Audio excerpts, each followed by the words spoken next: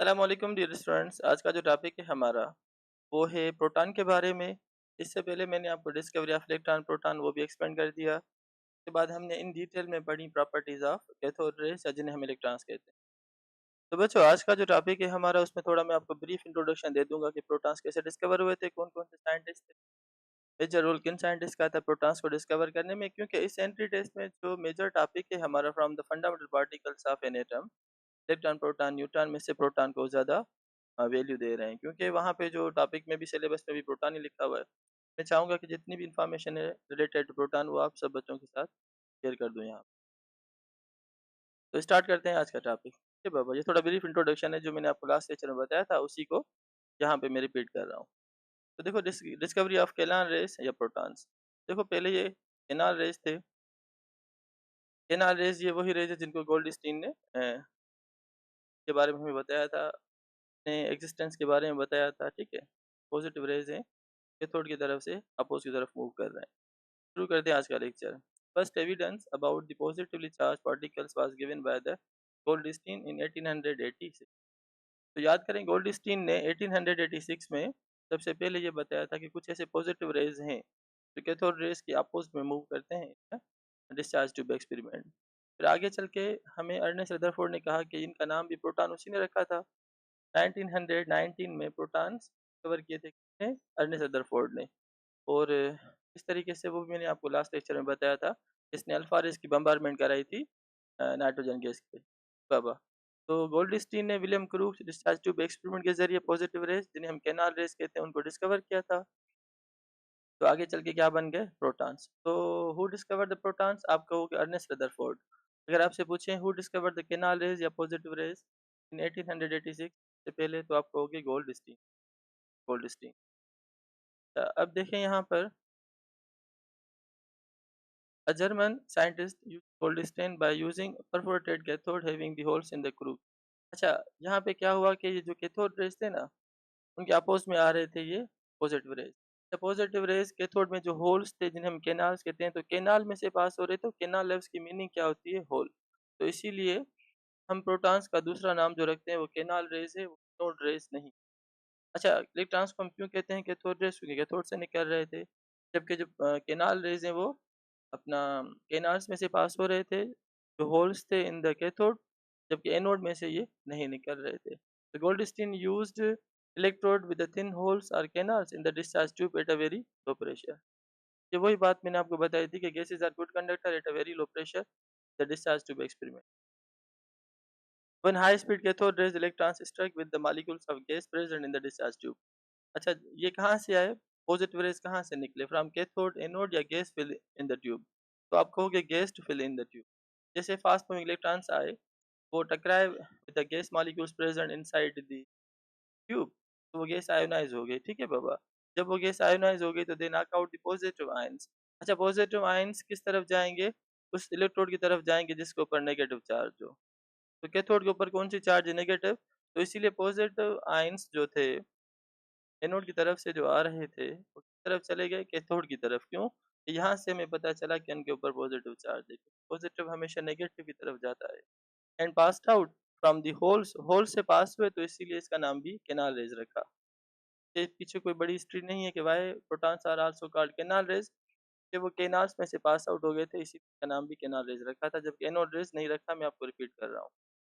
The cathode rays and appear behind the cathode electrode.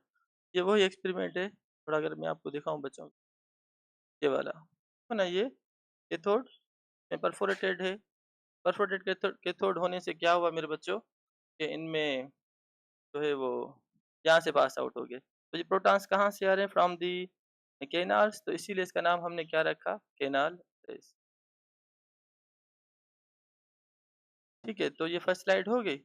अब चलते हैं नेक्स्ट स्लाइड की तरफ। Now these are the points या properties of protons in detail में। यहाँ से फिर एक और स्लाइड है वो मैं आपको बताऊंगा। तो जैसे कल मैंने आपको कहा था, ईएम वैल्यू हर चार्ज पार्टिकल का होता है, भले वो इलेक्ट्रॉन हो या प्रोटॉन हो। The EM value of proton depends upon the gas filled in the tube. अच्छा, कल मैंने आपको कहा था कि प्रॉपर्टीज ऑफ इलेक्ट्रॉन्स में, ये properties of electrons are independent to the material used as electrode या gas filled in the tube. अब यहाँ पे जो प्रोटॉन्स है ना, प्रोटॉन्स वो गैस पे डिपेंड करते हैं। अगर हेवी गैस है तो हेवी प्रोटॉन निकलेगा, अगर लाइटर गैस है तो लाइटर निकलेगा। तो lighter proton belongs to which gas, जो हल्की गैस होगी उसका नाम है हाइड्रोजन। क्लियर बाबा?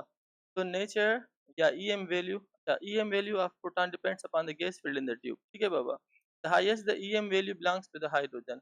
अच्छा, अब यहाँ पे जैसे मैंने आपको कहा था, ये यहाँ पे लिखा हुआ है कि e m value is inversely proportional to mass of the particle. अगर किसी पार्टिकल का मास ज़्यादा होगा तो ईएम वैल्यू कम होगा, और अगर मास कम होगा तो ईएम वैल्यू क्या होगा यहाँ पे ज़्यादा, क्योंकि इनवर्स रिलेशनशिप है यहाँ पे। अच्छा, हाइड्रोजन एटम का मास सबसे कम होता है। फिर बाबा, तो सबसे कम होने की वजह से जितनी भी गैसेज़ हैं पीरियोडिक टेबल में हमारे पास, उन सब गैसेज़ से या इवन एलिमेंट्स या एटम्स में सबसे जो कम मास है ना, वो इस हाइड्रोजन का है। मास कितना होता है बच्चों? 1।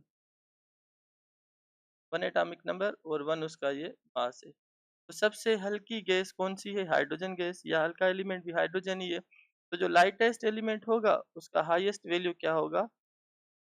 Em का।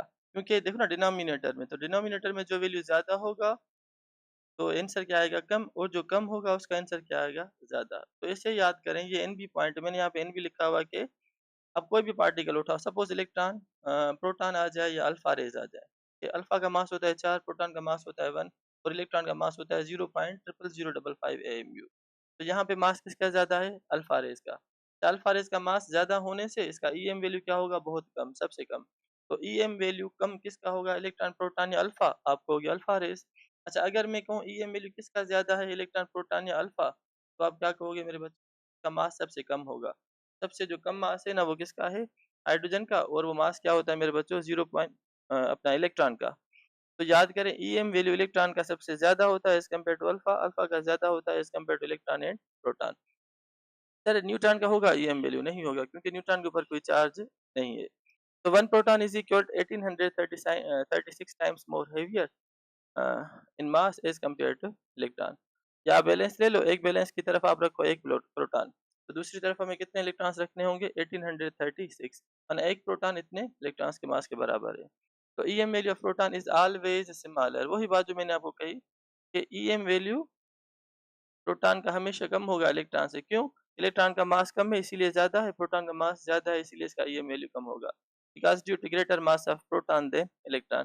ये एंट्री टेस्ट का एमसीक्यू हो सकता है कि ईएम वैल्यू किस पार्टिकल का ज़्यादा होता है? आप कहोगे इलेक्ट्रॉन। मास किसका ज़्यादा होता है? आप कहेंगे प्रोटॉन। अच्छा, चार्ज टू मास रेशियो, तो चार्ज ऑफ प्रोटॉन देखो यहाँ पे लिखा हुआ है 1.6022 इंटू 10 पावर माइनस 19 कूलम। तो आप डिवाइड करें with the mass of the proton kilograms में।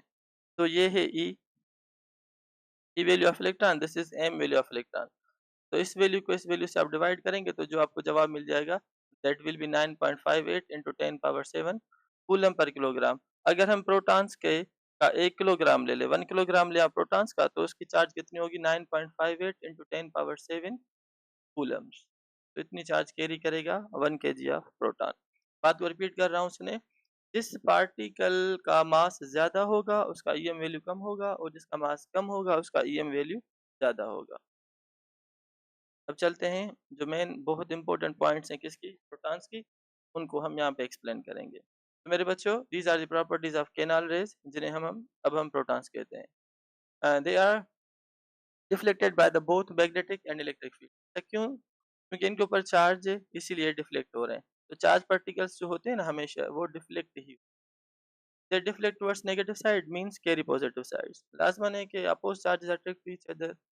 एक रेजेस जा रहे हैं, ऊपर पॉजिटिव नीचे नेगेटिव, पॉजिटिव तरफ जा रहे हैं तो समझो नेगेटिव है, नेगेटिव की तरफ जा रहे हैं तो समझो पॉजिटिव है, बिल्कुल सीधे स्ट्रेट जा रहे हैं तो समझो वो न्यूट्रल पार्टिकल्स हैं जिनमें deflection. These travel in straight line in a direction opposite to cathode ray. वही बात रिपीट हो रही है कि विलियम क्रूग ट्यूब एक्सपेरिमेंट में कैथोड रेज इस तरफ आ रहे हैं तो उसके अपोज में आ रहे थे ये canal raise. They produce flashes on the zinc sulphide plate या स्क्रीन। अब कोई भी फोटोग्राफिक स्क्रीन रख के वहां से लगेंगे ना, जब एक स्क्रीन रखो मैंने रास्ते में, प्रोटॉन्स के रास्ते में आपको स्क्रीन रखो, तो जब प्रोटॉन्स स्ट्राइक करेंगे विद जिंक सल्फाइड प्लेट या स्क्रीन, तो वहां पे फ्लैशेस या लाइट्स अपीयर होती है। thus these are particles heavier the gas smaller will be the em value of gas or particle। ये वही बात है कि मैंने आपको कहा, जितनी भारी गैस होगी, मास ज्यादा होगा, तो ईएम वैल्यू क्या होगा? उसका नहीं, उसका कम होगा। तो सबसे ज़्यादा ईएम वैल्यू किस गैस का होगा? जो सबसे हल्की गैस होगी जैसे हाइड्रोजन, या इवन आप गैस को छोड़ के किसी भी पार्टिकल को डिस्कस करें ना तो भी ऐसे होगा। जैसे इलेक्ट्रॉन, प्रोटॉन और अल्फा में सबसे ज़्यादा ईएम वैल्यू किसका होगा? इलेक्ट्रॉन का। सबसे कम किसका होगा? अल्फा का, क्योंकि उसका मास 4 एमयू सबसे ज़्यादा होता है। Now atomic number of element is related only with electron, proton या न्यूट्रॉन? तो आप कहोगे प्रोटॉन, क्योंकि हम डेफिनिशन में पढ़ते हैं कि proton number is the number of atomic number of element. अच्छा, याद करें किसी एलिमेंट की जो आइडेंटिफिकेशन होती है वो उसका एटॉमिक नंबर होता है। जब भी कोई केमिकल रिएक्शन होता है तो इलेक्ट्रॉन अपने वैलेंस इलेक्ट्रॉन्स को लास्ट से गेन कर लेता है। एलिमेंट जब अपने वैलेंस इलेक्ट्रॉन्स को लास्ट से गेन करेगा तो इलेक्ट्रॉन्स कम ज़्यादा हो जाते हैं। मगर जो न्यूक्लियस में अगर कोई न्यूक्लियर रिएक्शन नहीं हो रहा, तो न्यूक्लियस में नंबर ऑफ प्रोटॉन सेम रहता है। तो वहाँ से हम कहते हैं कि proton number is the identification of an element, but not the electron number. तो atomic mass is sum of the protons neutrons. आपको पता है कि न्यूक्लियस में जब प्रोटॉन्स और न्यूट्रॉन्स को सम अप करते हैं तो हमें किसी भी आइसोटोप या एटम का मास नंबर मिल जाता है, तो इसे हम न्यूक्लियर नंबर भी कहते हैं। अच्छा, ये भी बात मैंने आप बच्चों को बताई थी कि about 99.94% of the mass of atom exist in the nucleus. इसीलिए जब हम मास मालूम करते हैं तो इलेक्ट्रॉन्स को वहाँ पे समटाइम्स हम इग्नोर कर लेते हैं। Protons and electrons have same charge value. Value की बात हो रही है, यहाँ पे चार्ज की बात नहीं हो रही। ये तो पॉजिटिव है, proton is positively charge, electron is negatively charge. मगर जो इनका चार्ज वैल्यू है ना, मैग्नीट्यूड, वो सेम ही होता है, +1 और -1। All elements have different number of protons, क्योंकि एक आइडेंटिफिकेशन होते हैं, जैसे हम कहते हैं ना कि 2 इंसान भले ट्विन्स ही क्यों ना हो, उनमें क्या होता है कि फेस तो एक जैसा होता है मगर उनकी फिंगरप्रिंट्स जो होती हैं वो डिफरेंट होती हैं। तो इस तरीके से एलिमेंट की फिंगरप्रिंट्स क्या होती हैं? उसका एटॉमिक नंबर या उसका लाइन स्पेक्ट्रम। क्लियर बाबा? वो कभी भी 2 मुख्तलिफ एलिमेंट्स ले लें, तो मुख्तलिफ एलिमेंट्स का कभी भी एटॉमिक नंबर भी सेम नहीं होगा, प्रोटॉन नंबर भी सेम नहीं होगा, और उनका लाइन जो स्पेक्ट्रम बन जाता है ना, उसकी लाइनें, वो भी सेम नहीं होंगी। क्यों? कि लाइन स्पेक्ट्रम या discontinuous spectrum will serve as the identification of element, जिस तरीके से proton number will serve as the identification of an element. Protons of all elements are identical same to each other. आप किसी भी elements में जो proton निकालोगे, कि उसका जो मास है, उसकी जो चार्ज है ना, वो सेम रहेगी। क्लियर? बाकी अगर कोई गैस आप चेंज कर लोगे इन द डिस्चार्ज ट्यूब, जैसे पहले मैंने आपको बताया, तो उसका ईएम वैल्यू चेंज हो सकता है। तो आज का ये टॉपिक था हमारा बच्चा, कि हमने कुछ एक्सप्लेन किया कि कुछ डिस्कवरी के बारे में, किस तरीके से प्रोटॉन्स डिस्कवर हुए, फिर गोल्डस्टीन आया, उसके बाद फिर अर्नेस्ट रदरफोर्ड आया। बाकी जो मोस्ट इम्पोर्टेंट पॉइंट्स हैं रिलेटेड टू द प्रोटॉन, वो तकरीबन मैंने आप बच्चों के साथ शेयर कर दी। अगर कोई ऐसी बात है जो आपको समझ में नहीं आ रही, किसी टॉपिक में डिफ़िकल्टी हो रही है, तो कमेंट में आप लिखें, मैं कोशिश करूँगा उसके ऊपर भी जल्दी मैं आप बच्चों के लिए कोई वीडियो बनाकर यहाँ पे अपलोड कर दूँ। तो मेरे बच्चों, अगर बात समझ में आ रही तो लाइक करें, सब्सक्राइब करें YouTube channel the Sarfaraz VN. Subscribe करने का फ़ायदा ये होगा कि जब भी, जिस टाइम भी जो वीडियो मैं अपलोड करूँगा, क्योंकि महीने 2 ही हैं सिर्फ, जुलाई और अगस्त, तो टाइम तो मेरे पास कभी रात के टाइम पे, कभी सुबह के टाइम पे, जैसे टाइम मुझे मिल जाता है, मैं वीडियो अपलोड कर लेता हूँ। सब्सक्राइब करने का यही फ़ायदा होगा कि नोटिफ़िकेशन आपको आ जाएगा, आप उसी टाइम उस वीडियो को देख सकते हैं। थैंक यू बाबा, अल्लाह हाफ़िज़।